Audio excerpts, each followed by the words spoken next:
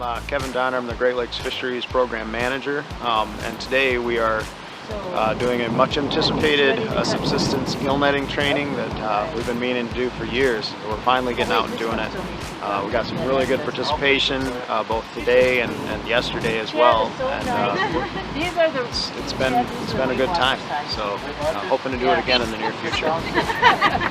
You know, subsistence fishing is part of the treaty right, part of the rights that were protected and preserved as part of the 1836 treaty, and you know, through a lot of, I think, unfortunate political turmoil, people got disconnected from this kind of practice. So, you know, we're really hopeful that just by providing the tools and just providing the information about how to do this kind of fishing, what it takes, you know, show people that it's not really that high of a bar.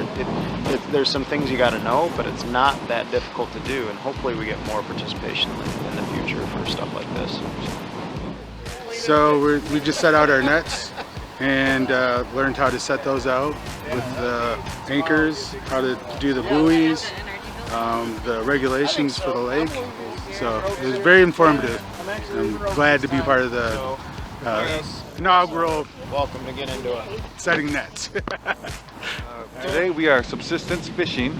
It is something we encourage our citizens to get out and do, and it's something that's very important to us, something that, you know, this is how we fed our people for hundreds of years. So it's really important for us to continue these traditions, and it's a really important treaty rights for us to keep up with.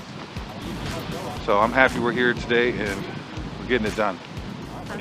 Hoje muito coração das casas que estão no rodão, da onde eu venho na Bahia, after the bar, having a condition.